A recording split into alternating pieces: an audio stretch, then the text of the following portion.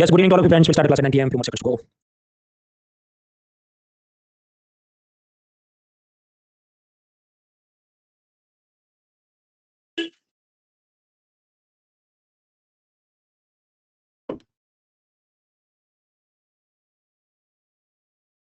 Alright friends, so now 9 p.m. we'll start this class. My first question is, can you see me? देख सकते हैं, सुन सकते हैं, ऊपर नोट कीजिए। मुशर्रफ, अकबर, ललित, सैम, रोहित, टीकू, पुष्पेश, निधि, धवल, हनुप्रिया, विभान, दान, Shri, move forward. One person ऊपर नहीं देख सकते तो कीबोर्ड पे कंट्रोल या कंट्रोल प्रेस करो। क्रोम ब्राउज़र यूज करो, डिसेबल करो, इनकॉग्निटो मोड में लॉगिन करो, पूरा वर्क। मोबाइल ऐप से देखने में इंटरनेट की स्पीड सही है, नेटवर्क। क्लास में जो भी डाउट है नोट पेन से लिख दीजिए क्लास खत्म होने के बाद। ये जो गूगल फॉर्म है लिंक नंबर 1, वहां से आप प्रश्न पूछ सकते हैं और फिर बुधवार मैं उसके जवाब अपलोड कर दूंगा। तो हम लोग इकोनॉमी के चौथे पिलर के अंदर है। एग्रीकल्चर खत्म, manufacturing service, e commerce, MSME, ये वाली चीज आज खत्म करेंगे। कल रविवार को 2 लेक्चर है, सुबह और शाम को। नीति आयोग प्लानिंग कमीशन और अनएम्प्लॉयमेंट खत्म करेंगे। तो डू रिमेंबर, ये जो पिलर 4 सी नीति आयोग प्लानिंग कमीशन उसका हैंडआउट मैंने ऑलरेडी अपलोड कर दिया, पर चिंता नहीं करनी है, कल सुबह से पढ़ना चालू करेंगे। कल सुबह 10 बजे भी क्लास है, रात को 9 बजे भी क्लास है। जानबूझ के मैंने ब्रेकडाउन इसलिए किया, समझो क्लास तो 1.5 आवर की होगी, लेकिन आप आराम से उसको डाइजेस्ट कर सके। तो we are at this pillar 4 we at present. इसके अंदर LPG reform, fourth industrial revolution, manufacturing policy, make in India, assemble India, startup, intellectual property rights, of doing business, factory labour act, ये सब कल रात तक पढ़ा था। तब उसके बाद हमको समझना है टेक्सटाइल एमएसएमई। तो टेक्सटाइल देख लिया था, आज एमएसएमई देखेंगे, ई कॉमर्स देखेंगे और ये customer protection, consumer quality control की अलग-अलग संस्थाओं के बारे में, ईयर 2 टाइप इन्फॉर्मेशन देखेंगे। कुछ पीवाईक्यू भी सॉल्व करेंगे लेकिन ब्रेक में। सबसे पहले शुरू करें सेक्टर्स ऑफ इकोनॉमी, सब topic manufacturing and service sector, सब topic MSME. Micro small medium enterprise मतलब क्या? बेसिकली अचार पापड़ अगरबत्ती अलमारी, छोटे स्केल का जो बिजनेस करे। ये इंडिविजुअल फर्म भी हो सकती है, cycle repair, tuition class, partnership firm भी हो सकती है, 2 लोग मिलकर रेस्टोरेंट बनाए। लिमिटेड लायबिलिटी पार्टनरशिप भी हो सकती है, जैसे वाजीराम एंड रवि का कोचिंग क्लास, वो मामला क्या पिलर 1 सी 2 में हमने देखा था। और नॉर्मली कंपनी भी हो सकती है, कंपनी के अंदर तो उसमें छोटी साइज की जो कंपनी है वो क्या होगी? Micro small medium enterprise. अब ये जो माइक्रो स्मॉल और मीडियम एंटरप्राइज है, इसकी ओरिजिनल डेफिनेशन एमएसएमई के कानून में 2006 में लिखी थी कि सपोज आप मैन्युफैक्चरिंग कर रहे हैं कुछ अचार पापड़ अगरबत्ती और आपने प्लांट मशीनरी में नॉट मोर देन 25 लाख रुपए का इन्वेस्टमेंट किया है, तो माइक्रो एंटरप्राइज है। 25 लाख और उससे ज्यादा लेकिन 5 करोड़ से ज्यादा नहीं तो स्मॉल, 5 करोड़ से ज्यादा लेकिन 10 करोड़ से ज्यादा नहीं तो मीडियम एंटरप्राइज है आपकी। तो मैन्युफैक्चरिंग की डेफिनेशन अलग थी। फिर अगर आप सर्विस सेक्टर के अंदर छोटी कंपनी चला रहे हैं, कंप्यूटर रिपेयर शॉप, कुछ ये कार सर्विस सेंटर वगैरह, तो उसमें लिमिट 10 लाख, 2 करोड़, 5 करोड़ की थी। अब ये पुराना आप समझो मैन्युफैक्चरिंग और सर्विस सेक्टर के अलग लिमिट्स थे, स्लैब्स अलग थे। फिर आया कोरोना, कोरोना में आत्मनिर्भर भारत, तो सरकार ने सोचा कि ये खिचड़ी को भी थोड़ा समेटते हैं, तो मैन्युफैक्चरिंग और सर्विस सेक्टर की कॉमन डेफिनेशन होगी। डेफिनेशन ऐसी, जब जो भी धंधा कर रहे हैं उसमें प्लांट मशीनरी में इन्वेस्टमेंट 1 करोड़ से ज्यादा नहीं और टर्नओवर मतलब आपका एनुअल सेल्स 5 करोड़ से ज्यादा नहीं, then you are micro enterprise. उसी तरह स्मॉल के अंदर क्या 10 करोड़ से ज्यादा नहीं इन्वेस्टमेंट और टर्नओवर 50 करोड़ से ज्यादा नहीं, मीडियम मतलब 50 करोड़ एंड 250 करोड़। मतलब एक पैटर्न है, समझो इन्वेस्टमेंट कैसा 1 10 50 और टर्नओवर क्या उसके मल्टीप्लाई 5 टाइम्स की 5 करोड़, 10 का 5 टाइम 50 करोड़, 50 का 5 टाइम 250 करोड़। 2-5 बार आराम से इसको देखना है, नोट में सब दिया है, याद रख के जाना है। खास करके नॉन आईएएस एग्जाम में ऐसे फैक्ट्स पूछते रहते हैं तो आपको पता होना चाहिए। तो आप डेफिनेशन देखो, डेफिनेशन कैसी है, बहुत व्यापक कर दी, बिग अम्ब्रेला। पहले मीडियम एंटरप्राइज मतलब क्या, ये 10 करोड़ 5 करोड़ की लिमिट में रहते थे, अभी सीधा 50 करोड़ तो भी आप मीडियम एंटरप्राइज मतलब दे दना आप सरकारी योजना का लाभ उठा सकते हैं। तो that was the objective of government reform during the corona under the आत्मनिर्भर भारत इनिशिएटिव। नेक्स्ट वीक गुरु शुक्र शनि रवि हम लोग जीडीपी के बारे में पढ़ेंगे। जीडीपी मतलब ग्रॉस डोमेस्टिक प्रोडक्ट। एक साल में अपने देश में गुड्स एंड सर्विसेज का फाइनल प्रोडक्शन जो हुआ उसका फाइनल मार्केट वैल्यू कितना है। अब इसके अंदर एग्रीकल्चर अराउंड 15% कंट्रीब्यूट करता है, सर्विस सेक्टर 67% और मैन्युफैक्चरिंग अराउंड 18%। इसके अंदर हमारा टारगेट है कि इसको इंक्रीज करके 25% करना है अंडर द मैन्युफैक्चरिंग पॉलिसी। अब ये जो 18% मैन्युफैक्चरिंग सेक्टर जो कंट्रीब्यूट कर रहा है पूरे जीडीपी के अंदर, इसमें लार्ज इंडस्ट्री का जो उत्पादन है 55% और बाकी सब एमएसएमई इंडस्ट्री करती है। छोटे उद्योग जितना भी प्रोडक्शन हो रहा है उसका 45% छोटे उद्योग करते हैं।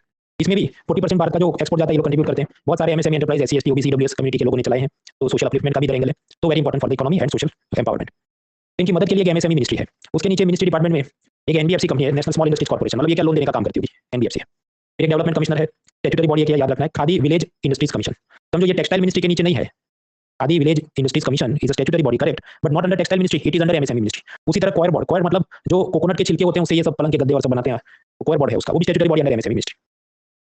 एमएसएमई की मदद करने के लिए ढेर सारी योजनाएं हम लोग समझेंगे, जितनी याद है ठीक है, नहीं याद है तो बहुत लोड नहीं लेना है। देखिए कुछ तो लोन की स्कीम थी कि एमएसएमई वालों को मुद्रा लोन देंगे, ईसीएलजी स्कीम है, ये सब हम ऑलरेडी पिलर 1D3 में पढ़ चुके हैं फाइनेंशियल इंक्लूजन में, तो आपको पता होना चाहिए। इसके अलावा नई कौन सी स्कीम्स जानने लायक है? एमएसएमई मिनिस्ट्री के नीचे की योजना है prime minister's employment generation programme. इसमें आपको आचार पापड़ अगरबत्ती का धंधा करना है तो स्टैंडर्ड 8 कक्षा 8वीं पास करो, ऐसा व्यक्ति या कोई सेल्फ हेल्प ग्रुप है 10-15 लोगों ने अपना समूह बनाया तो ये लोग अपना ऐसा नया माइक्रो एंटरप्राइज खोलना चाहिए, इनकी सरकार मदद करेगी। सरकार मदद कैसे करेगी? इनको अगरबत्ती का फैक्ट्री चालू करना है, उसके लिए सपोज 100 रुपये इन्वेस्टमेंट रिक्वायर्ड, तो बिजनेसमैन ने खुद के पॉकेट से 5 to 10% ही कंट्रीब्यूट करना है। फिर ये खादी विलेज इंडस्ट्री कमीशन ये 15 to 35% देगा, बाकी रकम बैंक वाले लोन में देंगे, तो 100 टका मिल गया और उससे आप अपना बिजनेस शुरू करो। तो that is prime minister's employment generation programme. अब आपके तुमने इधर तो 5 to 10% बोला है, तो 5 देना है कि 10 देना है भाई, वो डिपेंड करता है, परसेंटेज डिपेंड करता है। आप रूरल एरिया में हो, अर्बन एरिया में हो, आप जनरल कैटेगरी से हो, SC ST women pH minority ex serviceman north east से हो, तो जितना ज्यादा कमजोर वर्ग होगा उसका उतना परसेंटेज कम होगा, सरकार उसको ज्यादा हेल्प करेगी।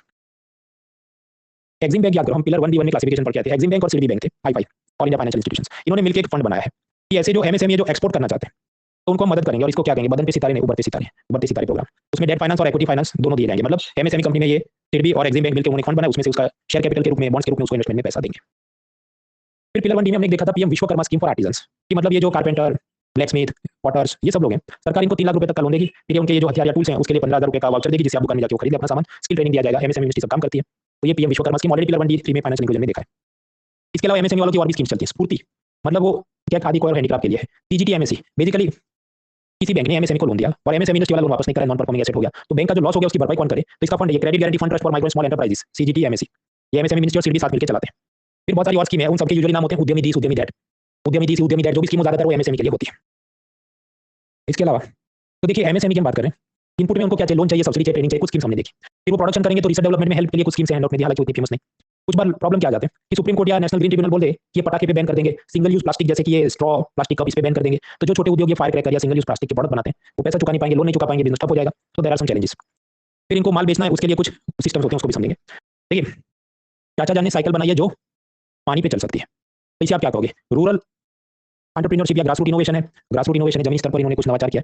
लेकिन प्रॉब्लम क्या है, इन्होंने अपना एक बना दिया। इसका जब मास प्रोडक्शन करना है कि ऐसी 5000 बाइसिकल बनाओ, तो उनके पास ना ऐसा वर्कशॉप होगा, ना फैक्ट्री होगा, ना ऐसा ब्लूप्रिंट या असेंबली लाइन होगी।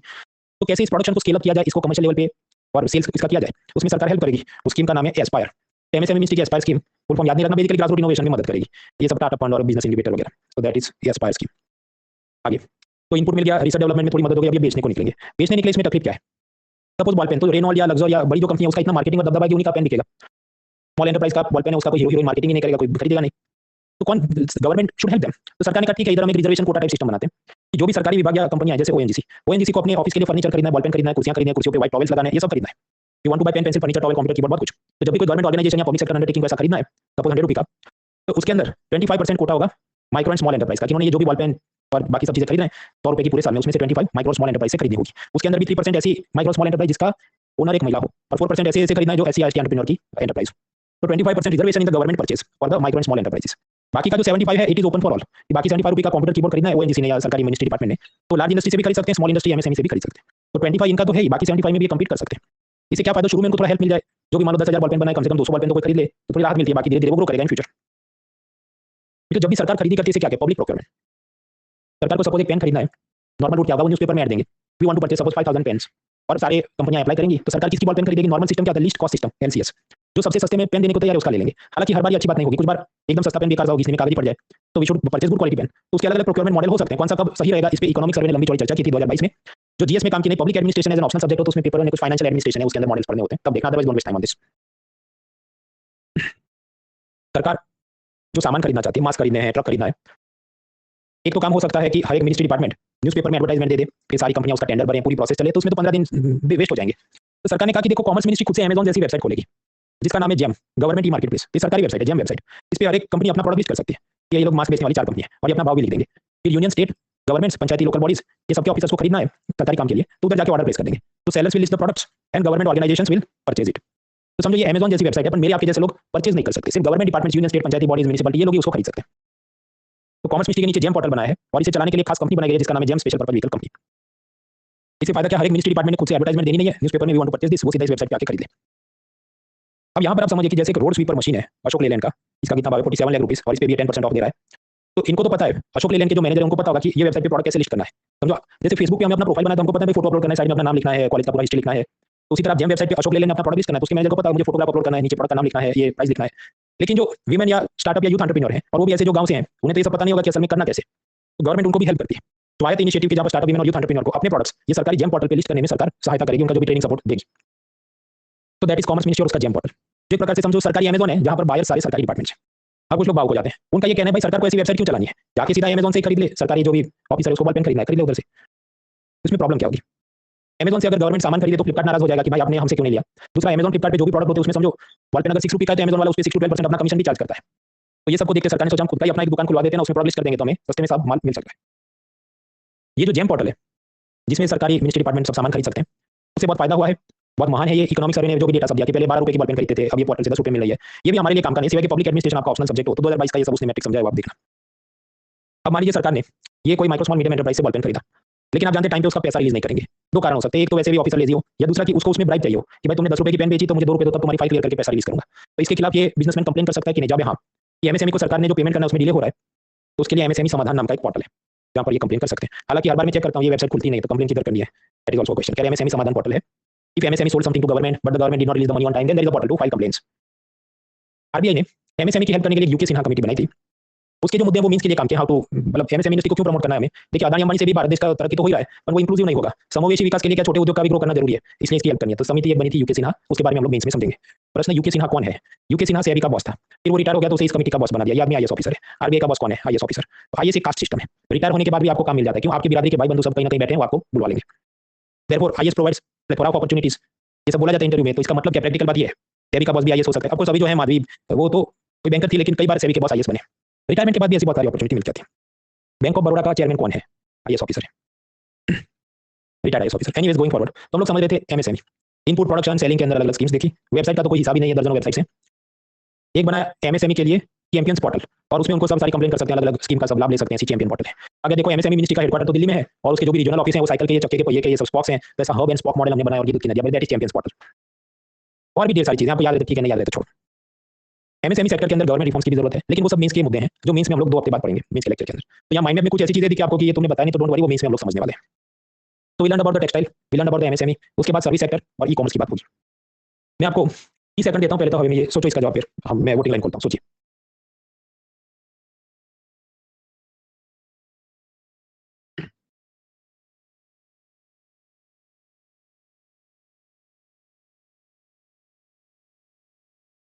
देखिए इकोनॉमी में 3, एग्रीकल्चर, मैन्युफैक्चरिंग, सर्विस सेक्टर बराबर, और भी तरह से क्लासिफाई होता है, प्राइमरी सेकेंडरी टर्शियरी एक्टिविटी, उसके ऊपर भी और ज्यादा एक्टिविटी हो सकती है। अब आपको क्या लगता है? Voting line time starts in 3 2 1 start. Ashutosh, Ragalbh, Bhavesh, Aditi, Prathamesh, Mukul, Nilofar, Ziaur, Srishti, Prabhat, Vibha, Manendra, Ankita, Kirtan, Nafisa, वेद, प्रकाश, देवेंद्र, डॉली, तनु, रितिका, देवेंद्र, गोपी, मोहम्मद, वैभव, शुभराम, निखिल, कनिश, जतिन, तान्या, मेघा, निशांत, अजय, आर्यन, मुर्तजा, सत्यवीर, वीर श्रेष्ठ, दीपक, ओमकार, नमन, काजल, हर, जसनू, निहारिका, नेहा, कपिल, करेक्ट आंसर्स। देखिए ये सब एनसीईआरटी में दिया है, और उसमें भी क्लास 12 की ह्यूमन ज्योग्राफी की बुक में दिया है। ऑफकोर्स काम की जो समरी के कुछ मुद्दे थे मैंने इधर ऐड कर दिए आपके हैंडआउट में, वो देख लेना, क्योंकि यूपीएससी को खुजली मची है सब बीकॉम एमबीए टाइप का पूछने की। और ये जो ईपीएफओ का पेपर था उसमें क्लास 12 की ये जो ह्यूमन ज्योग्राफी की किताब से और भी प्रश्न आए, जैसे याद करो कौन सा ट्रक फार्मिंग पूछा था। उसके बाद भी जो सीडीएस सीएपी वगैरह परीक्षा है उसमें ये वाला पॉट कौन से जाता है, ये वाला खेती किधर होता है, तो दे आर आस्किंग। तो हल्के में मतलब मैं देखता हूं आजकल लोग फिजिकल और इंडियन ज्योग्राफी की किताब देख लेते हैं, ह्यूमन ज्योग्राफी भी देखते हैं, पर क्या ऊपर ऊपर से, they are not memorise, you have to memorise it. Research development is a quaternary activity, चतुर्थ लेवल की वो है, वो सब हैंडआउट में दिया। अपन इसके अलावा भी समझो और भी चीजें होंगी। अब 100 पेज की एनसीईआरटी तो सारा 100 पेज का जनरल नॉलेज में अपने हैंडआउट में डाल नहीं सकता, वरना ये लंबा हो जाएगा हैंडआउट। तो please please please prepare it for your own benefit. हल्के में मत लीजिए, एग्जाम खत्म हो जाए फिर कोचिंग वाले क्या ये तो दिया, तुमको सपना जाना चाहिए था, भाई तो तुमको करना भी तो पड़ेगा। आगे सेक्टर्स ऑफ इकोनॉमी, एग्रीकल्चर देख लिया, मैन्युफैक्चरिंग देखा, सर्विस सेक्टर। देखिए मैन्युफैक्चरिंग में हर एक जाने लायक चीज क्या है? टेक्सटाइल इंडस्ट्री है, एमएसएमई इंडस्ट्री, स्टील इंडस्ट्री का ये प्रॉब्लम है, सीमेंट इंडस्ट्री का ये प्रॉब्लम है। ये सब पढ़ने नहीं बैठेंगे, सब पूछने का रिवाज नहीं, और पूछे तो ऐसा डेटा पूछते हैं जो लड़के को जा नहीं सकते, छोड़ो उसको। Now we move to the service sector. Service sector के अंदर हैवी अपनी कौन सी है? Computer, e commerce, education, pharma. तो भारत देश का जितना जीडीपी है, भारत देश में जितना एफडीआई आता है, उसमें ज्यादातर कंट्रीब्यूशन इन सब सर्विस सेक्टर्स का रहता है। सर्विस सेक्टर में भी क्योंकि यूपीएससी को खुजली मची है, आउटसोर्सिंग आप समझते हैं कि यूएसए की जो कंपनी है वो अपना सब ये कंप्लेंट मैनेजमेंट और ऑनलाइन सपोर्ट सिस्टम का काम भारत को, इन्फोसिस को दे दे, आउटसोर्सिंग है। होम शोरिंग क्या? होम शोरिंग का वर्क फ्रॉम होम भी बोल सकते हैं, तो वो तब समझते हैं। हालांकि उसमें और भी आया वो देखना, बीपीओ क्या होता है, केपीओ क्या होता है, ये सब एमबीए टाइप की बेसिक चीजें हैंडआउट में दिया है, आराम से पढ़ लेना, नो रॉकेट साइंस। कुछ बार पूछ लेते हैं तो आपको पता होना चाहिए, ये सब पढ़ना हैंडआउट में दिया है। मान लीजिए सर्विस सेक्टर के अंदर पहले 200 रुपीज का प्रोडक्शन होता हो, एविएशन, होटल, टूरिज्म, सब कुछ। तो भाई के कोरोना के अंदर कम हो जाए 40, फिर वापस रिकवर होगा 120, तो क्या शेप बन रहा है? V shape recovery. Economic service sector में वी शेप रिकवरी हो रही है। फिर एक मुद्दा बनता है नॉलेज इकोनॉमी। नॉलेज इकोनॉमी का मतलब क्या? कि जहां पर सपोज हम कोई स्टील या सीमेंट इंडस्ट्री है तो उनकी एसेट्स क्या होंगे? उनकी सब हैवी मशीनरी, जो उनके पास जमीन है, खदानें हैं। नॉलेज इंडस्ट्री में अगर space technology, pharma, IT, learning, तो इनके लिए इनकी एसेट्स क्या है? इनका ज्ञान जो इंटेंजिबल है, जिसको आप टच नहीं कर सकते। तो उनके वर्कर का नॉलेज, उनके इंटेलेक्चुअल प्रॉपर्टी राइट्स, उनके पास जितने पेटेंट्स हैं, ये सबसे इनका दम बनता है। इसलिए नॉलेज इकोनॉमी है, जहां पर उनकी एसेट्स प्रेडोमिनेटली क्या? वर्कर का नॉलेज और इंटेलेक्चुअल प्रॉपर्टी राइट्स। अब ऐसी जो नॉलेज इकोनॉमी है, space tech, pharma, IT, learning, उसमें चैलेंज क्या है? चीन हमको टक्कर दे रहा है, फिलीपींस, इंडोनेशिया जैसे देश भी हमें टक्कर दे रहे हैं कि अगर हमें आईटी या कॉल सेंटर का काम करना है तो जितना साफ सुथरा इंग्लिश भारत के लोग बोलते हैं उससे भी ज्यादा बेटर क्वालिटी वो लोग प्रोवाइड कर रहे हैं। तो अमेरिकन कॉल सेंटर को अमेरिकन एक्सेंट वाला चाहिए, ब्रिटिश कॉल सेंटर को ब्रिटिश एक्सेंट वाला चाहिए, उनको सारे वर्कर उधर से आराम से मिल जाते हैं। So they are also giving tough competition to Indian call centres. Space technology में हमारे पास इसरो तो है, लेकिन प्राइवेट सेक्टर के अंदर जैसा वर्जिन गैलेक्टिक, अमेज़न ब्लू या इलॉन मस्क का स्पेसएक्स है, ऐसा अपना कोई हैवीवेट एंटरप्रेन्योर बन नहीं पाया। इलेक्ट्रॉनिक हार्डवेयर में तकलीफ क्या? सॉफ्टवेयर में अपना दबदबा है, लेकिन इलेक्ट्रॉनिक हार्डवेयर सब मैन्युफैक्चरिंग की बात है, जिसको हमने काफी सालों तक नेगलेक्ट किया क्योंकि उसके लिए स्टेट गवर्नमेंट ने electricity, infrastructure, ease of doing business, factory labour reforms नहीं किए थे। अब यूनियन गवर्नमेंट उस चीज को शॉर्ट सर्किट करके, मतलब शॉर्टकट लेके, स्टीरॉइड देके उठाना चाहती है। उस स्कीम का नाम क्या है? PLI scheme. आपको कुछ बड़े इकोनॉमिस्ट हैं जैसे रघुराम राजन, उनका ये कहना है, देखो ये पीएलआई स्कीम जो हमने 1-2 दिन पहले पढ़ी थी कि जैसे एप्पल कंपनी भारत में मैन्युफैक्चरिंग करे उसको 4-6% सब्सिडी दे देंगे। रघुराम राजन का कहना है कि दिस इज नॉट हेल्दी, क्योंकि एप्पल कंपनी का क्या है, उसको कोई वफादारी नहीं है। अभी इधर सब्सिडी मिला, कुछ दिन इधर रहेगा, फिर मान लो उसको साउथ कोरिया या अफ्रीका का कोई देश देगा, वो तो उधर भाग जाएगा। तो हमें क्या करना चाहिए? खुद की एप्पल जैसी कंपनी बनाने पे फोकस करना चाहिए, पर उसके लिए तो 20-30 साल लगेंगे, जितना धंधा लोग होने चाहिए, जितना ग्रो करने में टाइम लगता है। So we are neglecting those long term things for the short term things. फिर वो सब नॉलेज इकोनॉमी के चैलेंजेस हैं, वो इसमें पढ़ना 2 हफ्ते बाद देखेंगे। फार्मा में भी यही तकलीफ है, रिसर्च डेवलपमेंट जितना होना चाहिए, कैंसर की या ब्लड प्रेशर की जितनी दवाई फाइजर, नोवास्टिस जैसी बड़ी कंपनियों के पास है, फॉरेन कंपनियों के पास है, उसके मुकाबले हमारा पेटेंट जनरेशन बहुत कम है। ब्रेन ड्रेन बहुत ज्यादा है। माइक्रोसॉफ्ट, गूगल, फेसबुक, जो भी कंपनी का नाम लो, असल में इंडिया के लोग ही चला रहे हैं, अमेरिका जाके, लेकिन वो इधर रुके नहीं, तो ब्रेन ड्रेन हो गया। That is a problem. Therefore we are unable to produce companies like Microsoft and Google within India. Sunrise sector देखिए, अगर हम ऑयल गैस इंडस्ट्री, तो अब उसका जमाना चला गया। इसलिए देखो मुकेश अंबानी आजकल क्या करें, जियो भी कुछ चल रहा है, डिज्नी के साथ मर्जर कर दिया, और फिर आगे चल के जो फिल्में बनाएंगे या जितना भी स्पोर्ट्स का टेलीकास्ट करेंगे वो कुछ अलग ही उनका चल रहा है, क्योंकि उनको लगता है ये जो स्पोर्ट्स और एंटरटेनमेंट और ये सब चीजें फ्यूचर है। हो सकता है उसको और इंटीग्रेट किया जाए भविष्य में, ये सब ऑनलाइन बैटिंग गैम्बलिंग टाइप का और लीगलाइज किया जाए, तो इंटरनेट भी जियो दे, क्रिकेट मैच भी जियो पे देखो, उसका सट्टा भी जियो की ऐप पे लगाओ, वो सब हो सकता है। मतलब वो सब आजकल सनराइज सेक्टर है, ऑयल गैस का जोर कम हो रहा है, therefore Mukesh Ambani moving towards this side. तो ऐसी जो भी भविष्य की इंडस्ट्री जिनका बहुत पोटेंशियल है रैपिड ग्रोथ के लिए, artificial intelligence, semiconductor, space economy, pharma, green energy, clean mobility system यानी इलेक्ट्रिक व्हीकल, सरकार इसको tax subsidy, awareness, college courses, patent fees सब में मदद करेगी। इसे क्या कहते हैं, सनराइज सेक्टर है और सनराइज सेक्टर को गवर्नमेंट पुश करेगी, ऐसा सरकार 2 साल से बोल रही है। तो देखिए एग्रीकल्चर देख लिया 4A,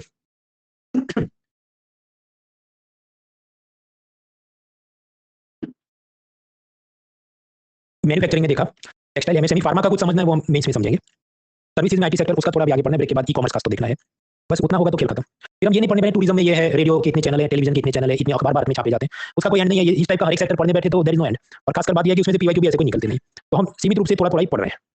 इसके बाद का मुद्दा भी हैवीवेट मुद्दा आएगा, सर्विस सेक्टर सब टॉपिक ई कॉमर्स, उसके बारे में पढ़ना लंबा चलेगा, प्लेसमेंट से पढ़ना है। तब तक आप ये पीवाईक्यू ट्राई करो, जूट इंडस्ट्री के बारे में। Break for 5 minutes.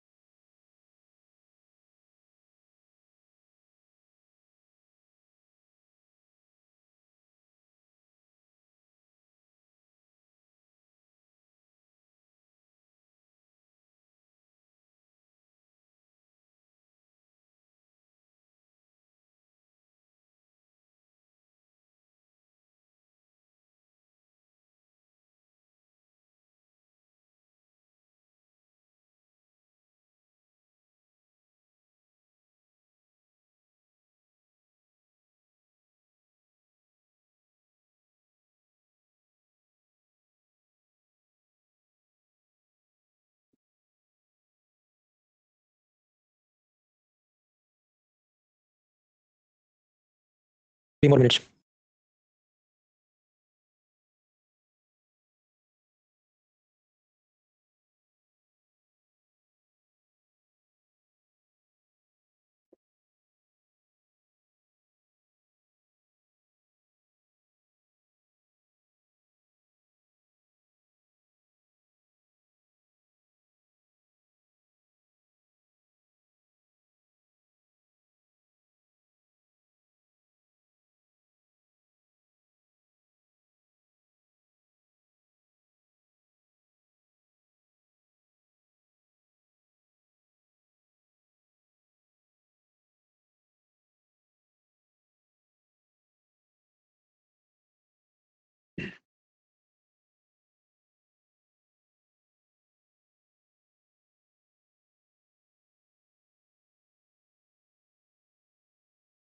Thirty more seconds.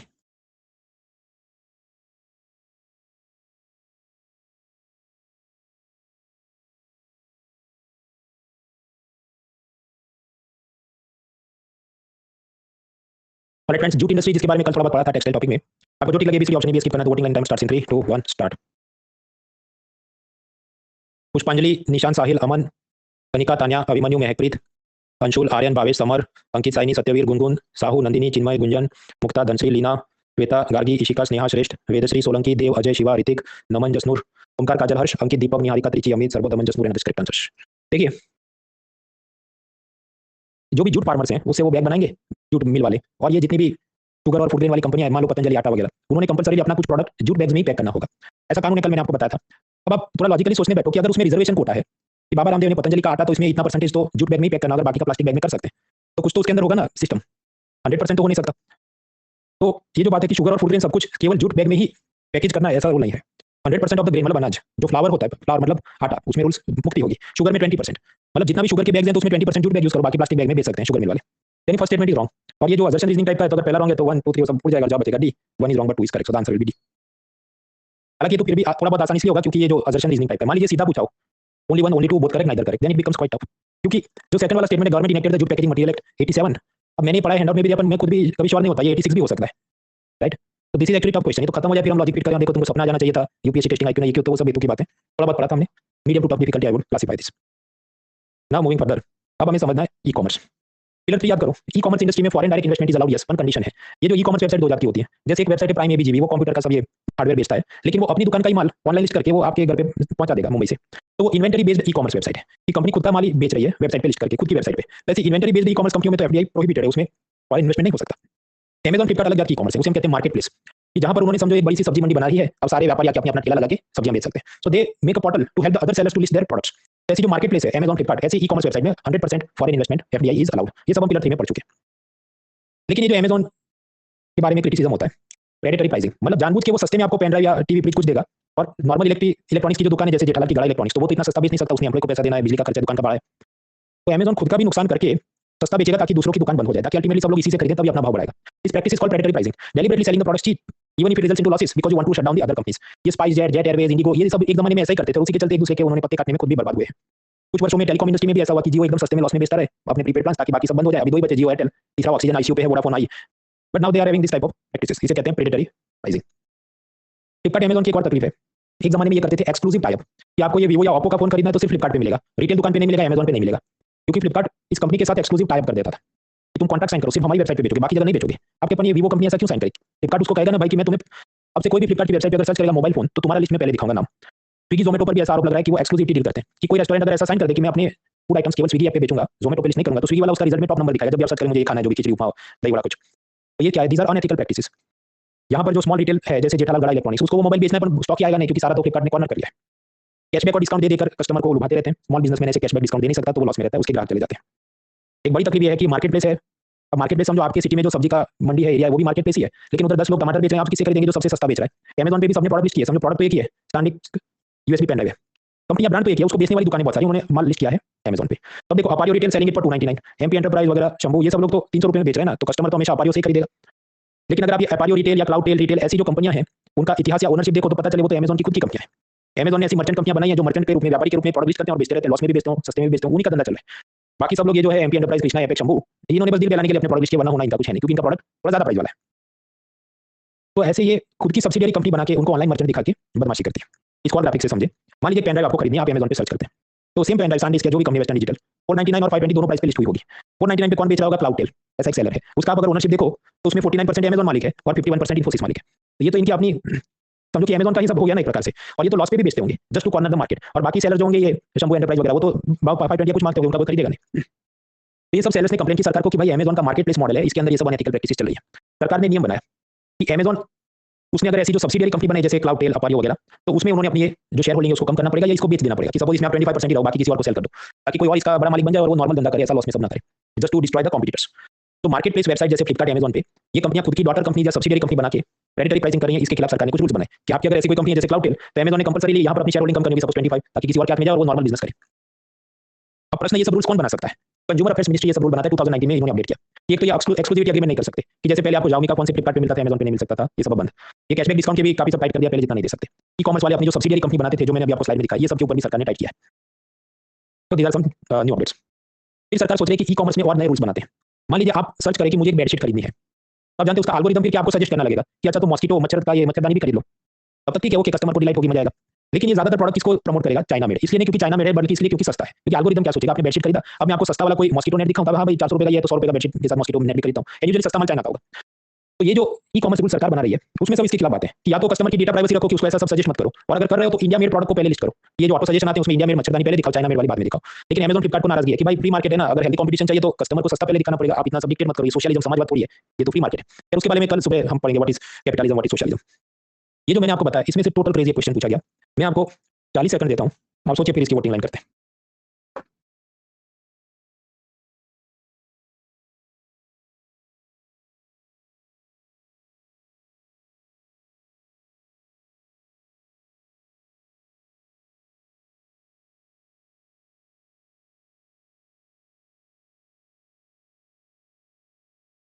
जो भी आपको ठीक लगे, voting line timer starts in 3 2 1 start.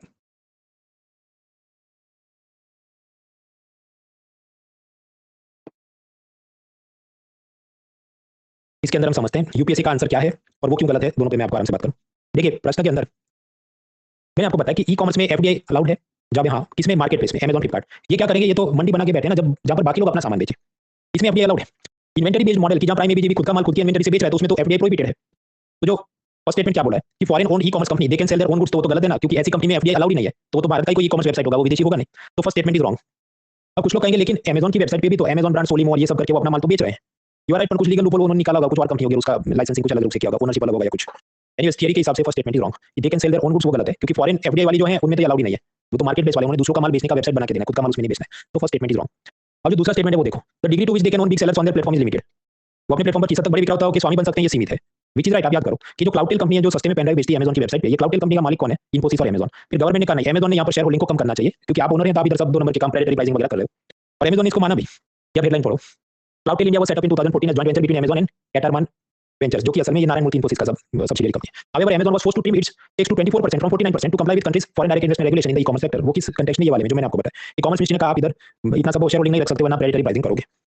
तो इस हिसाब से अब आप सेकंड स्टेटमेंट का इंटरप्रिटेशन देखो। सेकंड स्टेटमेंट क्या है, the degree to which they can own big sellers on their platform is limited. बराबर है ना, कि पहले 49 दावी सरकार ने तुमको ये 25 से ज्यादा नहीं होना चाहिए, तो उसने जबरदस्ती बेचना पड़ा किसी और को, 24 पे आ गया, तो सेकंड स्टेटमेंट इज करेक्ट उस हिसाब से। लेकिन यूपीएससी ने अपनी ऑफिशियल आंसर की में क्या बोला कि नहीं, ये भी गलत ही है, तो ऑफिशियल आंसर की के हिसाब से वो statements are wrong, neither one not मतलब डी आंसर वो बोले। लेकिन अगर हम लोग ये इंटरप्रिटेशन समझे जो न्यूज़पेपर में जो इनका खुद के रूल्स हैं, तो उस हिसाब से ठीक नहीं जा रहा है, सेकंड स्टेटमेंट तो करेक्ट है जो हमने ये क्लाउडटेल वाले एग्जांपल से देखा। Therefore this is a crazy question. इसको यूपीएससी ने कैंसिल इसलिए नहीं किया क्योंकि इसके खिलाफ किसी ने कंप्लेन ही नहीं किया, और कोई कंप्लेन करे भी कैसे, आप कंप्लेन कब कर सकते हैं, आप जानते हैं उनकी बदमाशी क्या है कि within 7 days you can complain, exam खत्म होने के 7 दिन के भीतर आप यूपीएससी को फरियाद कर सकते हो कि प्रश्न गलत है। प्रश्न गलत होने का केस कब बनता है, जैसे करंट अकाउंट डेफिसिट वाला वो आप पीवाईक्यू याद करो पिलर 3 में, उसमें बोल सकते थे कि दो जवाब हो सकते हैं, क्योंकि ये करंट अकाउंट डेफिसिट ऐसा पहली बार हुआ है 17-18 सालों में कि अब नहीं है, तो टू आंसर्स आर पॉसिबल। या तो ऑप्शन ऐसे हैं कि आपको तो जब तक यूपीएससी ऑफिशियल आंसर की बताया नहीं, आप कैसे बोल सकते हैं कि वो क्या सोच रहे हैं और आप क्या सोच रहे हैं, इधर वेट को, या पर आप ऐसा बोलें दो आंसर पॉसिबल है जब तक ऑफिशियल आंसर की आती नहीं है, इसलिए किसी ने कंप्लेन नहीं किया, इन्होंने क्वेश्चन कैंसिल भी नहीं किया, but this is debatable question.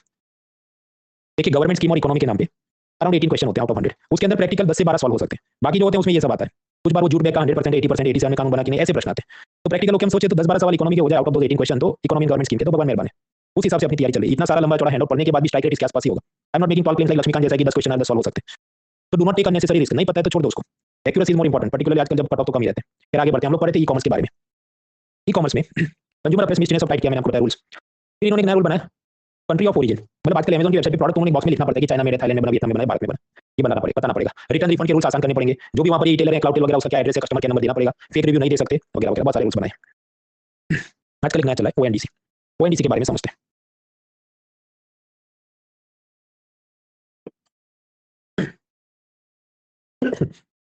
अब याद करो, पहले तो पिलर 1 आपको डिजिटल पेमेंट याद होना चाहिए, यूपीआई भी नहीं आया, उससे पहले क्या था, पेटीएम अपना चलाता था।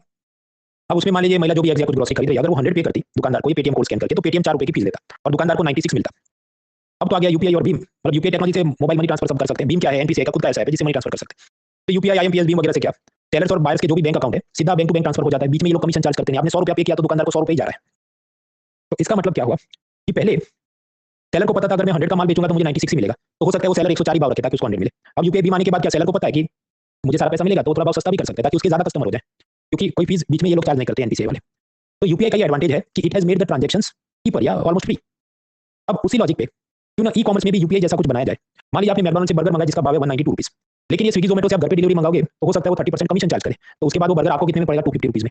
लेकिन ये सरकारी एक कंपनी के द्वारा एक नया ऐसा ई कॉमर्स प्लेटफॉर्म बनाया गया ओएनडीसी, वहां पर क्या है कि कमीशन रेट कम रहता है 4%, तो दुकानदार बर्गर वहां से आपको सेल करेगा तो 192 का ही बर्गर है, इस पे ओएनडीसी प्लेटफॉर्म 4% कमीशन लेगा, तो आपको 200 में बर्गर मिल गया, तो आपका फायदा हो गया। तो ओएनडीसी क्या है, it will help in cheaper price for the consumers. और ये सिर्फ स्विगी जोमेटो के लिए ऐसा नहीं, इससे आप टैक्सी भी बुक कर सकते हैं और भी दूसरा ये सब TV fridge mobile sofa furniture computer monitor बहुत कुछ खरीद सकते हैं, डिपेंड करता है कितने सेलर्स वहां पर अपना प्रोडक्ट लिस्ट करते हैं। तो that is the beauty of benefit of ONDC. देखिए प्रेजेंटली स्ट्रक्चर क्या हो रहा है, हर एक सेक्टर में डिओपॉली हो रही है, Swiggy Zomato food delivery, Flipkart Amazon e commerce, Ola Uber taxi. Duopoly में तकलीफ क्या है कि जो छोटे व्यापारी हैं, मान लो स्विगी जोमेटो ने तय कर लिया कि जो भी रेस्टोरेंट है उस पे हमारा 30% कमीशन, अब छोटा व्यापारी या स्मॉल रेस्टोरेंट ओनर वो स्विगी को बोले तुम्हारा 30% ज्यादा है, हाँ तो फूड इधर से, जोमेटो पे भी इतना ही है, और दोनों का आपस में कॉलिजन होगा, कार्टेलाइजेशन होगा, तो शोषण होगा। लेकिन अब क्या, अब डेमोक्रेसी पूरी होगी, क्योंकि ओएनडीसी प्लेटफॉर्म पे प्रोडक्ट लिस्ट करे उधर से 4% कमीशन ओएनडीसी चार्ज करता है, तो लोअर कमीशन है। So now the small traders will have some bargaining power, वो मोलभाव कर सकते हैं स्विगी जोमेटो या जो भी टैक्सी ड्राइवर है ओला उबर के साथ मोलभाव करे कि भाई तुम इतना ज्यादा कमीशन क्यों मांग रहे हो, ये वाले कम मांग रहे हैं। तो it will democratize the e commerce sector. ये सब आपने वर्ड्स याद रखने, क्यों एमसीक्यू में कुछ बार ये लोग क्या करते हैं सरकार की प्रेस स्टेटमेंट से सीधा उठा देते हैं कि how many of the following are the benefits of ONDC, तो it will democratize the e commerce, तो बराबर है। अब कुछ लोग काउंटर में जाने भी ऐसा कुछ नहीं है, ओएनडीसी पे इतने लोगों ने कस्टमर ने रजिस्टर ही नहीं किया, सब लोग स्विगी जोमेटो से ही मंगा दिया, राइट भाई। But when it comes to MCQ simply accept the press statements given by the government. दूसरा, ये जो स्विगी जोमेटो फ्लिपकार्ट अमेजन पे आप अपना प्रोडक्ट सेल करते हैं तो क्या आपको तुरंत पैसा मिल जाएगा। मैंने मान लो अभी कुछ मंगाऊं मैं खाने के लिए, कोई वस्तु मंगाऊं तो दुकानदार से मैंने मंगवाया स्विगी जोमेटो से, विल द दुकानदार will get immediate payment, no, क्योंकि इनके रूल्स होते हैं कि जब तक तुम्हारा सपोज 10,000 का सेल होगा तभी स्विगी जोमेटो रेस्टोरेंट का पेमेंट क्लियर करेगा, या अमेजन पे आप माल भेजोगे वो ऐसे डील्स टर्म्स कंडीशन करेगी 40 डेज के बाद हम तुम्हारा पेमेंट रिलीज करेंगे। तो इधर भी स्मॉल ट्रेडर के ऊपर बुलिंग हो रहा है, जबकि ओएनडीसी में फायदा क्या है, आप जो भी खरीदते हो यूपीआई द्वारा सीधा रेस्टोरेंट ओनर टैक्सी ड्राइवर उसको सीधा उसके बैंक अकाउंट में पेमेंट इंस्टेंटली हो जाता है, he doesn't have to wait for like 40 days या फिर कम से कम 10,000 का सेल करो तभी तुम्हारा पेमेंट क्लियर होगा। So again it is democratizing, it is making the things easy for the small traders. It is reducing the bullying by the multinational corporation, it is reducing the exploitation by the multinational corporation. ये जो ONDC अभी भी इसके pilot project चल रहे हैं, हर जगह इसको फुली डेवलप होकर निकल के आना बाकी है। तो ये काम कैसे करता है, उसके और फिर ऐसी बारीक चीजें क्या है वो हमको नहीं पता। तो आपको ढूंढने बैठो तो सब इंटरनेट से जेम्स बॉन्ड बन सकते हैं, लेकिन मैंने आपको अपना वर्क प्रोसीजर बताया था। Budget, economic survey, India yearbook, major articles from big newspapers, Indian Express, the Hindu, इसमें चर्चा तो मैं तैयार करता हूं। मैं खुद से उसका 500 पेज का डॉक्यूमेंट पढ़ के तैयार नहीं करूंगा कि वो काम कैसे करता है, दैट इज इनएफिशिएंट वे। तो बेसिक मान जो जानना था हमने जान लिया, बाकी मींस में थोड़ी बहुत उसकी प्रशंसा करनी, मींस के लेक्चर में 2 हफ्ते बाद समझ लेंगे। कुछ और छोटे मोटे टर्म्स तैयार करते हैं। देखिए अमेज़न वगैरह से आप जो माल सामान मंगाते हैं 1 3 दिन 5 दिन बाद आएगा। क्यू कॉमर्स क्या है? Quick commerce. कि जैसे ये जो भी स्विगी, इंस्टामार्ट, ब्लिंकिट, ये सबसे आप मान लो आपको कुछ फ्रूट जूस मंगाना है, सब्जी मंगानी है, विदिन 15 मिनट्स, विदिन 1 आवर मंगा सकते हैं। तो ऐसी जो क्विक डिलीवरी करती है विदिन अ फ्यू मिनट्स, उसे कहते हैं क्यू कॉमर्स। ये जो ई कॉमर्स है, ऑनलाइन इंडस्ट्री है, इसके अंदर ये सब मोनोपोली और सब एंटी ट्रस्ट एक्टिविटी ज्यादा हो रही है। एंटी ट्रस्ट मतलब कि अपनी डोमिनेंट पोजीशन को मिसयूज करना। जैसे कि गूगल की हम बात करें, गूगल का आप जानते हैं ऑपरेटिंग सिस्टम है एंड्रॉइड। तो मोबाइल हो सकता है एलजी, नोकिया, मोटोरोला का, लेकिन उसमें ऑपरेटिंग सिस्टम एंड्रॉइड तो गूगल का है। और उसमें आप कौन से ऐप इंस्टॉल कर सकते हैं? आपको एंड्रॉइड के प्ले स्टोर में जाना पड़ेगा और आपने सब ऐप उधर से खरीदने पड़ेंगे या फ्री में डाउनलोड करने। अब जैसे कोई वीडियो गेम है जीटीए सान इंडिया से कुछ, तो गूगल के ऐप स्टोर से डाउनलोड करो, मान लीजिए $60 है। ऐसा क्यों? क्योंकि इस पे इसका 30% कमीशन रहता है गूगल का। माइक्रोसॉफ्ट का ये कहना है कि हमारा भी तो वीडियो गेम प्लेटफॉर्म है एक्सबॉक्स, तो उसका ऐप स्टोर आप एंड्रॉइड फोन में इंस्टॉल होने दो ना, हम इसको $5 में बेचने को तैयार है यही वीडियो गेम को। मतलब आप समझो जितने वीडियो गेम स्टूडियो हैं वो माइक्रोसॉफ्ट के साथ डील कर लें कि आपका एक्सबॉक्स वाला जो ऐप स्टोर है उसमें अपने वीडियो गेम बेचेंगे, और वो एक्सबॉक्स का ऐप स्टोर का वीडियो गेम का ये जो स्टोर है या ऐप है एंड्रॉइड फोन में होना चाहिए, पर वो होने नहीं देंगे। क्यों? क्योंकि गूगल को मजा नहीं आएगा ना, फिर 30% कमीशन चला जाएगा। तो ऐसा सब वो प्री इंस्टॉल करके देता है। इसे हम क्या कहते हैं? एंटी ट्रस्ट, अपनी डोमिनेंट पोजीशन को मिसयूज करना। इसके खिलाफ कंपटीशन कमीशन ऑफ इंडिया, भारतीय प्रतिस्पर्धा आयोग, उसने गूगल पे कुछ 100 करोड़ का पूरा केस ठोक दिया था, दंड कर दिया था। तो therefore the term sometime remains in news. ऐसा भी स्विगी जोमेटो भी ये लोग एंटी ट्रस्ट वाला केस चला रहे हैं, क्योंकि वो भी अपनी डोमिनेंट पोजीशन को मिसयूज करते हैं। गूगल पे अमेरिका पे ऐसा और एक केस चल रहा है। देखिए ये जो ब्राउजर है, जैसे एप्पल के जो मोबाइल होते हैं उसमें सफारी ब्राउजर होता है, फायरफॉक्स नाम का एक ब्राउजर आप फ्री में इंस्टॉल कर सकते हैं कोई भी कंप्यूटर में। तो ऐसे जो ब्राउजर बनाने वाले डेवलपर है, गूगल उनको पैसा देता है। ये देखो तुम्हारे ब्राउजर में ये जो सर्च बॉक्स होता है उसमें गूगल टॉप पे होना चाहिए और इसी को डिफॉल्ट रखना है, ताकि जो भी व्यक्ति जब भी सर्च करे तो हम इतना दिमाग थोड़ी सर्च करेंगे भाई ये याहू या बिंग से भी सर्च कर सकते हैं, सर्च बाय गूगल, और उससे वो पूरी चीज को कंट्रोल करेगा, क्या इंफॉर्मेशन आपको देनी है, क्या एडवर्टाइजमेंट टारगेट करने है, पर्सनल डेटा कितना चुराना है। तो इसके ऊपर भी उसके ऊपर एंटी ट्रस्ट केस चल रहा है। ये सब मीन्स के मुद्दे हैं, उसमें और चर्चा करेंगे। एक्विजिशन आप समझते हैं कि फेसबुक ने व्हाट्सएप और इंस्टाग्राम को खरीद लिया। मर्जर आप समझते हैं कि एयर इंडिया और विस्तारा ये दोनों टाटा की कंपनियां, अब इन्होंने क्या बोला है, दोनों को कंबाइन करके एक ही कंपनी रखेंगे। अब ऐसा मर्जर एक्विजिशन होता है तो क्या कंपटीशन कमीशन ऑफ इंडिया की परमिशन लेनी पड़ेगी ये फेसबुक ने या टाटा ने? पहले इस पे कोई क्लैरिटी नहीं थी, लेकिन 2023 में सरकार ने ये कंपटीशन एक्ट में कुछ सुधार किए, अमेंडमेंट्स किए। तो याद रखना है अब से कंपटीशन कमीशन ऑफ इंडिया की परमिशन लेनी होगी ऐसी बड़ी कंपनियों ने। मर्जर एक्विजिशन से पहले शर्त है कि वो जो डील की वैल्यू 2000 करोड़ से ज्यादा हो, या फिर वो जो भी टारगेट कंपनी है उसका भारत में बड़ा सा बिजनेस हो। तो इस केस में आप समझो, या तो महंगी वाला डील तो भी कवर है, और ये व्हाट्सएप वगैरह के केस में फेसबुक ने हमने तो सस्टेन खरीद लिया, हम तो बहुत गरीब हैं, पर फिर भी इतना बड़ा यूजर बेस जो है व्हाट्सएप का भारत में, तो हम yes competition commission of India की परमिशन लेनी होगी। तो अब क्या इनको मजा नहीं आएगा फेसबुक वगैरह को, और फिर वो कहें we are regulated under the U framework, ये सब अलग फिर उनके लड़ाइयां चालू होंगी। तो इंटरनेशनली भारत अब जो खुद को असर्ट कर रहा है, पहले हम इतना सब टाइट नहीं रखते थे, नहीं भाई ये तो बड़े लोग हैं इनसे कौन, अब तो टाइट है भाई, ये तुमको जब मार्केट पर परमिशन लेना पड़ेगा। यार ये भी सब मीन्स के मुद्दे हैं, ग्लोबलाइजेशन और सामने कैसे उसको भारत हैंडल कर रहा है। मैं मीन्स में कुछ पढ़ा था, फ्यूचर में पढ़ेंगे। यूरोपियन यूनियन वाले टैक्स लगाते हैं, कार्बन बॉर्डर एडजस्टमेंट मैकेनिज्म, कि अमेरिका और इंडिया और चाइना से जो स्टील आता है ये तुम लोग बहुत पॉल्यूशन करते हो, तुम लोग ज्यादा टैक्स लगाएंगे। और फिर भारत और चीन का चलो डब्ल्यूटीओ में चर्चा करो, तो ये यूरोपियन यूनियन वाले चर्चा नहीं करेंगे। फिर क्लाइमेट चेंज डील में तो उधर भी चर्चा नहीं करनी, नहीं तो हमारा तो अभी काफी भयंकर रूप से विरोध हुआ जो अभी अजरबैजान के बाकू शहर में ये जो क्लाइमेट चेंज समिट हो रही है। इंडिया चाइना ने यूरोप को पूछा भाई तुमको डब्ल्यूटीओ में भी इसकी चर्चा नहीं करनी, तुमको इधर भी चर्चा नहीं करनी, तो तुम ही तय करोगे कि किस पे कितना टैक्स लगाना है पॉल्यूशन के नाम पे। तो now we are becoming assertive, मतलब ये और एक आंदोलन चल रहा है। तो न्यूज़पेपर पे नजर रखिए, धीरे-धीरे ऐसे मुद्दे आप जमा करते हैं। Some point you have good number of points दिखाने के लिए कि कैसे भारत पहले से ज्यादा असर्टिव हो रहा है, मुखर हो रहा है अपनी बातों के लिए। फिर हम लोग समझ रहे थे सर्विस सेक्टर ई कॉमर्स, इसके बारे में हमने कुछ पढ़ा। इसके बाद जो मुद्दे हैं आसानी है, लेकिन वो एक साथ पढ़ लेंगे। क्वालिटी कंट्रोल की बहुत सारी बॉडीज हैं, तो फ्रेश माइंड से पढ़ते हैं। Break for 5 minutes and then we move forward. 5 minute break.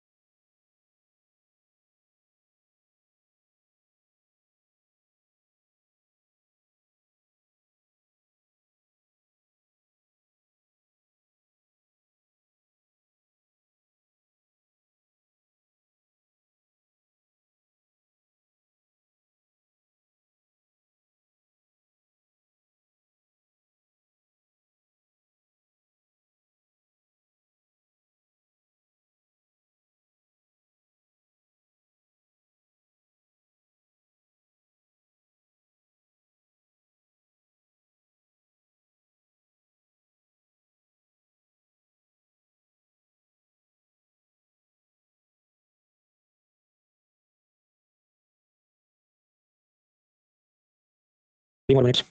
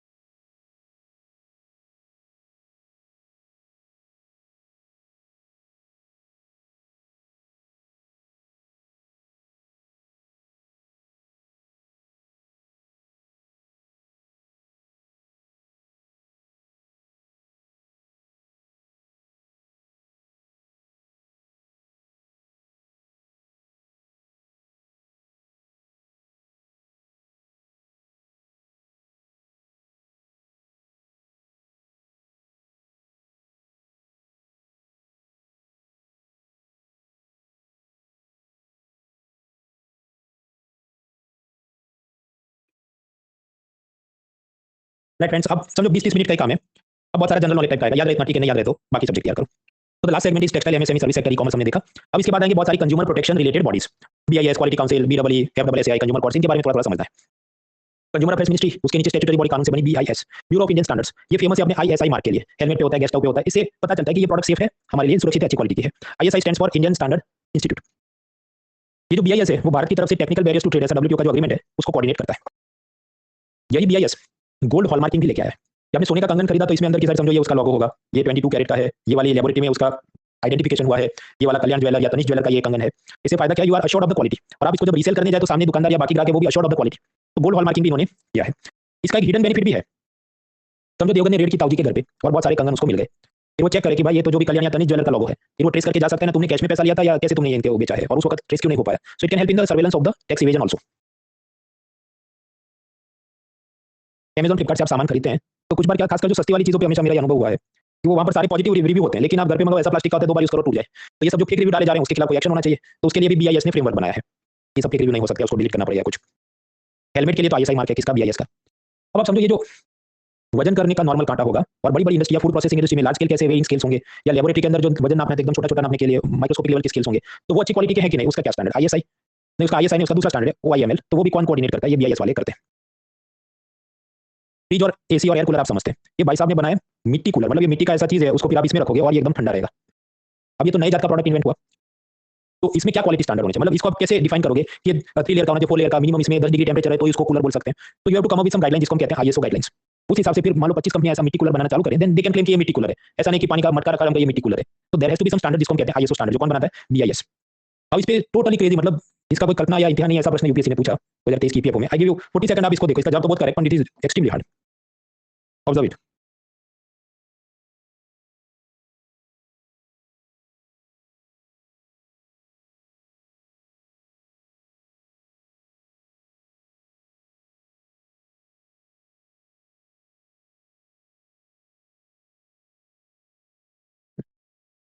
इस क्वेश्चन को मैं टफ क्यों कहता हूं, आप समझो कि हम अगर करें वर्ड एसोसिएशन, क्ले बेस्ड, मिट्टी आधारित कूलिंग कैबिनेट, तो वर्ड एसोसिएशन से फर्स्ट स्टेटमेंट तो करेक्ट लगता है कि हाँ भाई नेचुरल रेफ्रिजरेटर होगा, इसमें सब फिर फ्रूट्स और vegetables store, okay. Word association से लॉजिक से हमने कहा फर्स्ट स्टेटमेंट करेक्ट।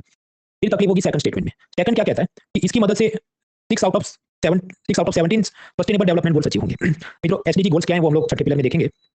एसडीजी गोल में क्या, गरीबी हटाओ, इकोनॉमिक सबका वेलफेयर होना चाहिए, वीमेन एम्पावरमेंट होना चाहिए, क्लाइमेट चेंज से लड़ेंगे, बराबर। तो 17 गोल्स हैं। अब आप समझो कूलर ही तो बनाए ना भाई, तो बहुत खींच के ये क्या 2 गोल की आप बात कर सकते हैं, ऐसे गरीब लोग मिट्टी का बनाएंगे, सब तो पॉवर्टी रिमूवल, महिला करेंगे, उनका एम्पावरमेंट होगा, क्लाइमेट चेंज से लड़ सकते हैं क्योंकि इसमें सब हाइड्रोफ्लोरोकार्बन और क्लोरोफ्लोरोकार्बन नहीं होगा। 3 गोल में तो गिन सकता हूं। ये क्या बोला है कि ये 17 में से 6 गोल को अचीव करेगा। अब हम जब ऐसा लॉजिक मारे तो हम कहेंगे ठीक है ये सेकंड स्टेटमेंट गलत लगता है, but actually this is also correct. जब उसका प्रेस स्टेटमेंट हम लोग पढ़े प्रेस इंफॉर्मेशन ब्यूरो से, then both statements are correct. लेकिन हमको सपना नहीं आ सकता था कि हम इतना पढ़ के जाते, क्योंकि ये इतनी फेमस चीज कभी थी नहीं। ये तो इसने पूछा तब जाके, मंथली मैगजीन वालों ने भी ज्यादातर इसको कवर नहीं किया, और वो कर भी लेते तो हम इतना रट्टे थोड़ी जाते भाई कि 6 आउट ऑफ 17 गोल्स में। फिर आप जानते हैं यूट्यूब पर सब गेस्ट मास्टर्स हैं, उनका क्या कहना है, मेटा कीवर्ड एनालिसिस, उनके हिसाब से जब भी नंबर दिया हो तो स्टेटमेंट रॉन्ग होना चाहिए। अगर उनकी भी थियरी मानो तो ये रॉन्ग होना चाहिए, लेकिन ये तो राइट है as per government press release, so the answer is both correct and therefore it is tough, क्योंकि मैक्सिमम आप 50-50 कर सकते थे कि चलो ये भी हो सकता है, फर्स्ट तो करेक्ट है ही लॉजिक से, दूसरे में भी यार डाइसी है तो सी भी हो सकता है, तो maximum 50-50 possible, beyond that it is tough. जो बात एजाज खान ने कैरी मिनाटी को सीख दी थी, हर बिल में हाथ नहीं डालना चाहिए, तो इसको देख के मैं ऐसा छोटा-छोटा तैयार करूं या फिर किसके अंदर इसलिए टिक करना चाहिए, नॉट रिक्वायर्ड एक्चुअली, क्योंकि आजकल जैसे पेपर आईएएस प्रीलिम में होते हैं, जैसे कट ऑफ जाते हैं, तो फालतू के रिस्क नहीं लेने चाहिए, बहुत नहीं पता। आगे बढ़ते हैं।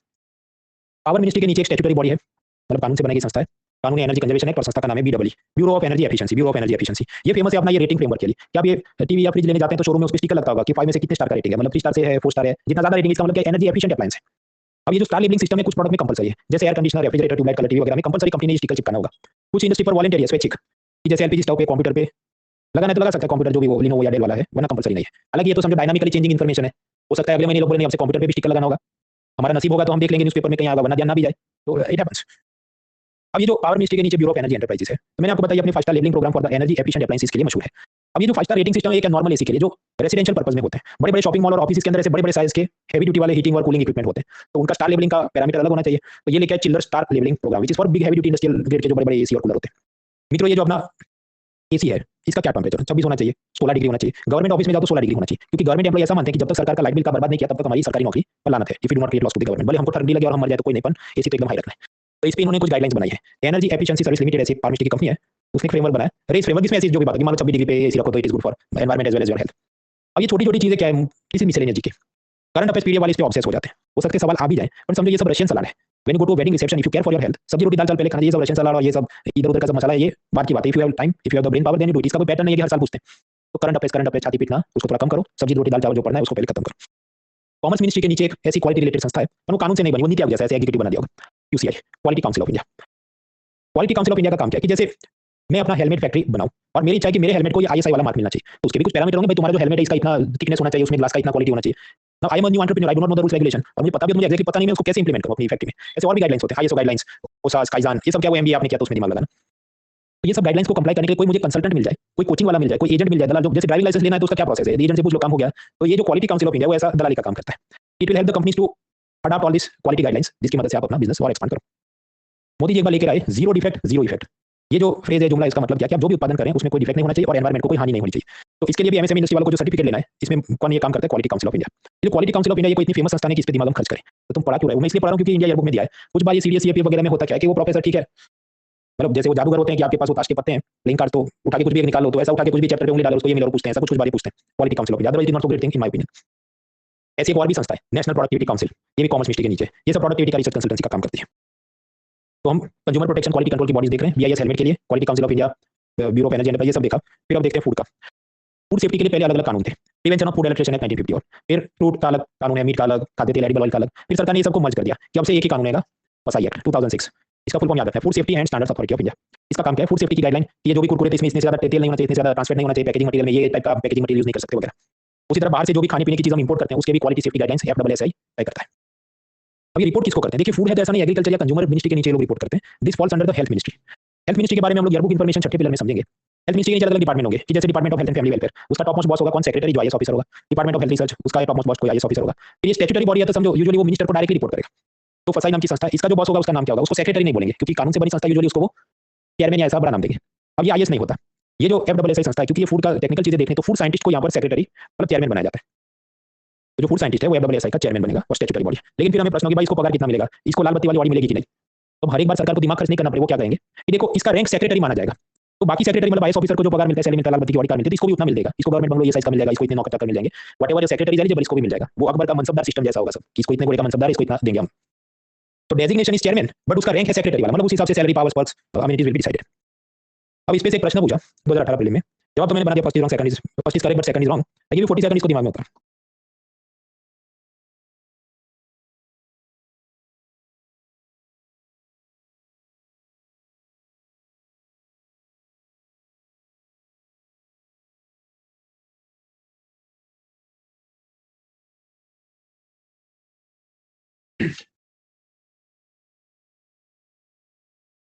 This is also tough question. इसका कारण ये है, जब भी हम ऑर्गेनाइजेशन तैयार करते हैं तो पॉलिटी में आप क्या कॉन्स्टिट्यूशनल बॉडी तैयार करोगे, स्टैट्यूटरी बॉडीज में भी जो बहुत फेमस वाली हैं, जैसे suppose press council of India या माइनॉरिटी कमीशन, ये सब तैयार करेंगे। फूड सेफ्टी की संस्था इतनी चर्चा में रहती नहीं थी इन द ईयर 2018, और करेंगे भी तो उसके पहले वाले पीवाईक्यू देखो तो वो यूजुअली केमिस्ट्री के थे। वैसा कि सपोज मोनोसोडियम ग्लूटामेट जो कि चाइनीज फूड में यूज किया जाता है फ्लेवरिंग एजेंट के रूप में, उससे कैंसर होता है कि नहीं, ऐसा कुछ मतलब मिलता जुलता कोई सवाल था। या कुछ बार कि ये वाला ब्रोमाइड है वो लिपस्टिक में और खाने पीने की चीज में यूज होता है कि नहीं। तो वो पीवाईक्यू ट्रेंड देख के विद्यार्थी क्या करेंगे कि हम फूड केमिस्ट्री, हार्मफुल केमिकल्स, ऐसे न्यूज को ज्यादा फॉलो करेंगे। इसको इतना ज्यादा कोई तैयार नहीं करेगा। अब उसने पूछा तो भी हमें बहुत चीज के कितना पता कि भाई 2006 के इसके कानून बना था, चलो ठीक है। उसने ये वाले कानून को डिलीट किया, इतना कोई पढ़ के नहीं जाएगा, याद रख के नहीं जाएगा, बट क्या वो करेक्ट है। मैं आपको आगे बताऊं, पहले कानून था prevention of food adulteration act, उसको डिलीट करके ये फंसा, ये 2006 में बना। 2006 में बना तो 2006-7 की पब्लिक रट के जाए, 2018 में कौन रट के जाएगा इतना सब। एनीवेज, तो first statement is correct. Second वाला रॉन्ग क्यों है? क्योंकि ये जो अथॉरिटी है उसका बॉस डायरेक्टर जनरल होता है, तो ये गलत है ना, क्योंकि इसका बॉस है, उसका नाम चेयरमैन है और वो अलग आदमी है। समझो जो डायरेक्टर जनरल वाले होंगे वो कैसा कि हेल्थ मिनिस्टर के नीचे डिपार्टमेंट होगा, उसके नीचे सेक्रेटरी, सेक्रेटरी के नीचे अलग अलग कोई अटैच्ड ऑफिस, सबऑर्डिनेट ऑफिस होगी, उसके डायरेक्टर जनरल होंगे। तो ये तो आदमी अलग है, चेयरमैन है ये तो। फिर अब ऐसे ये सब डेजिग्नेशन और हायरार्की, वो जिसका पब्लिक एडमिनिस्ट्रेशन ऑप्शनल हो या कोई खुद सरकारी नौकरी में हो और फिर एग्जाम दे रहा है, तो उनको थोड़ा बहुत तुक्का लग जाए, but it is not possible that everyone can do it.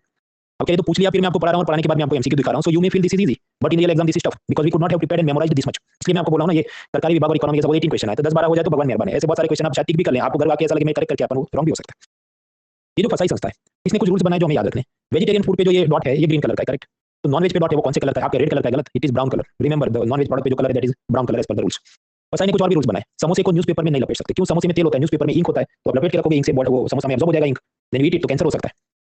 फिर आप जानते हैं ये सब फ्रूट्स को जल्दी जल्दी पकाने के लिए कैल्शियम कार्बाइड, एसिटिलीन गैस, ये सब यूज किया जाता है। इस पे इन्होंने सब रूल्स रेगुलेशन बनाए हैं। जो आप खाते हैं उसमें ट्रांस फैट या ट्रांस फैटी एसिड कम होने चाहिए, वरना हार्ट की प्रॉब्लम हो सकती है। फिर मोनोसोडियम ग्लूटामेट एमएसजी, उससे लीवर खराब हो सकता है। चाइनीज फूड में यूज होता है, मैगी में ये सब यूज होता था, उसके लिए उसको बैन किया था, फिर कुछ हाई कोर्ट ने बैन किया, लंबी कंट्रोवर्सी, पर वो पुराने मुद्दे। But you need to be familiar with some of the food chemistry. ये जो भी टीवी फ्रिज में हमने देखा कि 5 स्टार एनर्जी रेटिंग सिस्टम है, तो फसाई सोच रहा है कि जो खाने पीने का सामान है उस पे भी 5 स्टार रेटिंग सिस्टम होना चाहिए कि हेल्दी कौन सा है, जंक फूड कौन सा है। हालांकि ये रेटिंग अभी बनना बाकी है। अब मैंने आपको बताया जो फसाई का एक पीवाईक्यू कब आया 2018 में, अब तक इसको कोई कवर नहीं कर रहा था। फिर आया था, आप जानते current affairs PDF magazine YouTube वाले, वो सब पागल हो गए। अब इसका हर एक छोटी छोटी चीज को वो ट्रैक करते हैं। इसका एक भोग नाम का गाइडलाइन है कि ये मंदिरों में जो प्रसाद है उसके क्या स्टैंडर्ड होने चाहिए, सेफ्टी स्टैंडर्ड। और एक स्टेट का food safety index, world food day दिन मनाते हैं, इनका ये प्लेटफॉर्म है। भाई इतना कौन पूछ रहा है, कौन? इसके बाद आप देखो 2018 के बाद तो पूछा भी नहीं है। आई एम नॉट प्रिवेंटिंग यू कि मत तैयार करना, मेरा ये कहना है कि ये सब रशियन सलाद है, ये सब्जी रोटी दाल चावल नहीं है। हिस्ट्री ज्योग्राफी पॉलिटी इकोनॉमी की जो कोर चीजें, जो थियरी है, जो कंटेम्परेरी इश्यूज है लाइक दिस यूपीआई जीएसटी वो पहले करो। लोग इसी में लगे रहते हैं, मुझे करंट अफेयर्स करना, current affairs. I am not preventing you, पर इसे समझो आपका स्कोर या कट ऑफ के करीब लाने में इतना मदद नहीं करता। इसका स्ट्राइक रेट बहुत ही बेकार है। पूर्व में एक और ऐसा लोगो या मार्किंग सिस्टम है एगमार्क, जो एग्रीकल्चर मिनिस्ट्री के नीचे काम करता है, लेकिन ये बहुत लो प्रोफाइल चीज है, तो इस पे हम दिमाग नहीं खर्च करें। हालांकि रिवीजन के लिए आपके हैंड आउट में दिया है। हमने देखा ये जो बीआईएस संस्था जो कि फेमस है अपने आईएसआई हेलमेट मार्क के लिए, और भी बहुत सारी रेगुलेटरी बॉडी हमने देखी, फूड का फसाई है, क्वालिटी काउंसिल अलग से है। रेलवे के अंदर भी जो पटरी का क्या सेफ्टी स्टैंडर्ड होना चाहिए, क्या सेफ्टी और रिसर्च होना चाहिए, उसकी एक अलग संस्था है आरडीएस। तो ये बीआईएस ने कहा कि देखो तुम सब लोग मेरे दरबार में हाजिरी लगाओ और कसम खाओ कि मैं जो कहूंगा वो तुम करोगे। तो all of you apply to me and take the pledge कि जो वर्ल्ड ट्रेड ऑर्गेनाइजेशन का टेक्निकल बैरियर्स टू ट्रेड नाम का एग्रीमेंट है, जो हमने पिलर 3 में देखा था, वो मैं भारत के लिए इंटरप्रेट करूंगा, मैं मतलब बीआईएस, और तुम सब लोग मेरे नीचे जो जमींदार हो, मनसबदार हो, तुम सब लोग शपथ खाओ कि तुम भी ये सब करोगे मेरे कहने पर। और जब हम लोग ये सब कर देंगे तो उसे कहेंगे one nation one standard system. Is this important in my opinion? Not important. तो बता क्यों? क्योंकि इसका भी कुछ बार करंट अफेयर्स पीडी वाले पागल हो जाते हैं। आप समझो one nation one election, okay that makes some sense for prelims and mains. One nation one civil code, okay ऐसा कुछ मेंस के अंदर हमें चर्चा करें, दैट मेक्स सेंस। ये कोई ऐसी अफलातून चीज है ही नहीं ना कि जिसमें इतना दिमाग खर्च करना। और ये सब लोग जब कसम खा लेंगे कि हम आपके जमींदार हैं, तो इनको डेजिग्नेट किया जाएगा एसडीओ, स्टैंडर्ड डेवलपिंग ऑर्गेनाइजेशन। कौन पूछ रहा है, छोड़ो इसको। एज अ बिजनेसमैन मुझे हेलमेट बनाना है, स्टव बनाना है, कुछ पासपोर्ट का प्रोडक्ट बनाना है, फूड प्रोसेसिंग वेफर कुरकुरे बनाना है, तो मुझे अलग अलग लेबल है, आईएसआई लेबल और ये जो भी एगमार्क लेबल और कुछ। तो इसकी लैबोरेटरी कहां पर है? कुछ सरकारी लैब्स होगी, कुछ प्राइवेट लैब्स होगी, जो सरकार ने उसको एमपैनल किया होगा कि तुम उधर से भी करवा सकते हो। तो कॉमर्स मिनिस्ट्री ने एक पोर्टल बनाया, परख लैबोरेटरी नेटवर्क, कि जहां पर आप सर्च कर सकते हैं कि मुझे हेलमेट का आईएसआई मार्क का टेस्टिंग कराना है, so you can go and do that. So that is the परख लैबोरेटरी। लास्ट मुद्दा आता है कंज्यूमर कोर्ट्स।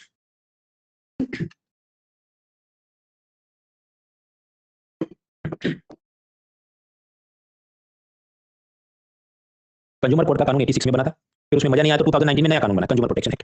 इसमें डिस्ट्रिक्ट स्टेट नेशनल लेवल की कोर्ट होती है और उसके ऊपर सुप्रीम कोर्ट में आप जा सकते हैं, ग्राहक सुरक्षा अदालत है। डिस्ट्रिक्ट की कोर्ट में पहले 1 करोड़ रुपए तक के मामले सुनते थे, अब बोला 50 लाख तक के सुनेंगे। स्टेट की कोर्ट में 50 लाख से 2 करोड़ का, और नेशनल कोर्ट पे 2 करोड़ से ज्यादा। मान लो आपने कुछ लैम्बोर्गिनी खरीदी थी और जो भी मान लो 5-10-50 करोड़ की, तो उसका सीधा केस उधर फाइल कर सकते हैं। तो ग्राहक सुरक्षा की अदालतें हैं, टेक्निकली इनको कहा जाता है consumer dispute redressal commission, CDRC. Normally हम इसको बोलते हैं कंज्यूमर कोर्ट्स।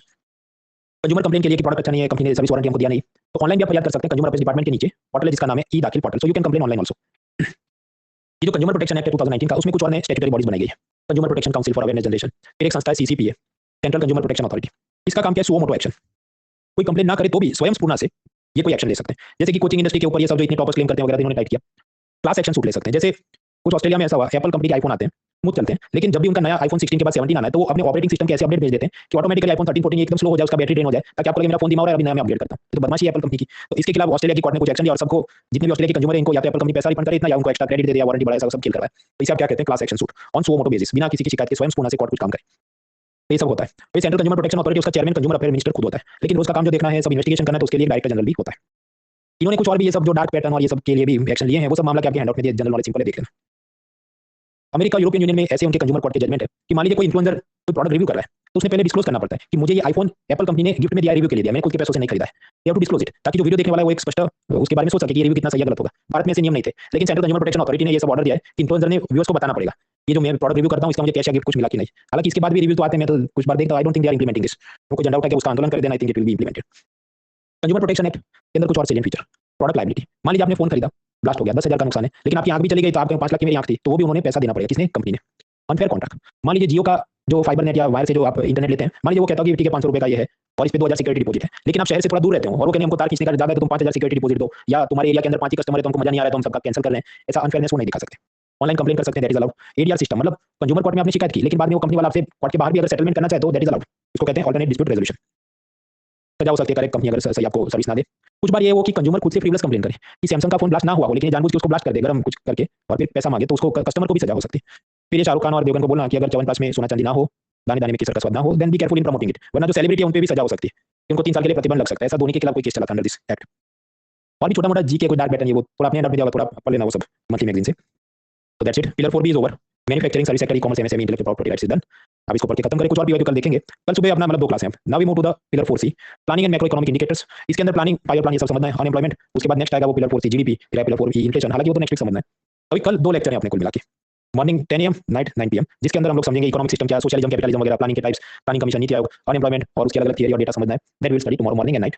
2 लेक्चर इसलिए ताकि लोड नहीं हो जाए, अदरवाइज व्हाट विल हैपन, वो 2 घंटे में भी खत्म कर सकते हैं, बट ब्रेन को सुकून चाहिए, इतना पढ़ा इतना खत्म करना भी है। तो कल 2 लेक्चर हैं, सबके साथ पढ़ाई करते रहो, टाइम पे सिलेबस खत्म हो जाएगा। मिलते हैं कल सुबह 10 बजे, लेट्स क्रैक इट।